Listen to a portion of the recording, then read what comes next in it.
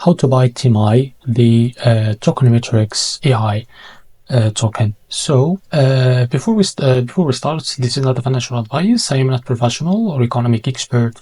So before investing in any project that you find on my channel, please do your own research. Now, before going and buy this token, make sure to check the Rex account. As you can see, they have a big community there. Now go and open this token in CoinMarketCap, as you can see, and go to contracts. Now copy the token address, and this token is under Base Network. Now go and open your Bitget wallet, as you can see, and go to your wallet.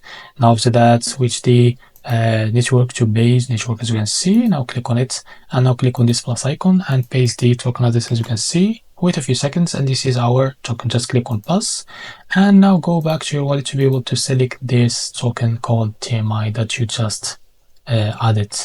Now scroll down, as you can see, this is our token. Now click on it, and now click on swap, and click here switch to be able to buy it. Now from here, just select the token that you want to buy with, for example USDC, and make sure you have enough USDC on your wallet. Now here, enter how much you want to buy.